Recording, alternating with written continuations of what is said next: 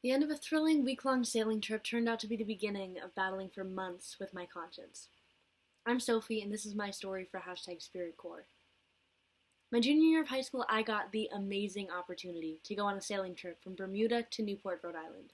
It really challenged me mentally and physically, so by the time we docked in Rhode Island, I was exhausted and thrilled to be back on solid ground. But in my haste to depart and begin my trip home to Maine, I didn't search my bunk as thoroughly as I should have. I ended up leaving my dental retainers on the boat, something I didn't even realize until I got home later that evening. But I didn't panic. I could handle this. I have family that lives maybe 20 minutes from the marina where the boat was docked, so they could pick them up for me. But even though the retainers were the most important things I brought on the boat with me, I was too scared to ask the favor. I decided that I should just call the marina and ask if they could mail my retainers back to me, but every time I picked up the phone, I got so nervous that either they wouldn't be there or they wouldn't be able to mail them back that I didn't make the call.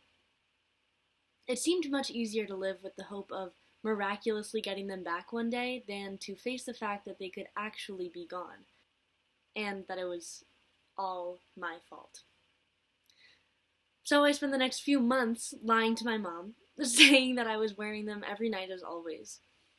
The guilt was eating me up inside. Then I noticed that two of my bottom teeth were shifting over each other, and I knew that my mom would notice soon. Now I had to be careful of how I spoke and smiled so my teeth would be less visible. How crazy is that? This lie was taking over my life. Finally, I got desperate enough to call the marina, but it was too late. They had a whole new staff and had been through multiple new trips. My retainers were long gone. I realized I would have to own up. I couldn't handle telling her in person, so I sent her a long text explaining the whole situation and apologizing a lot. I was freaking out, waiting for her response. But she was very calm about it and just said that she wished I had told her sooner.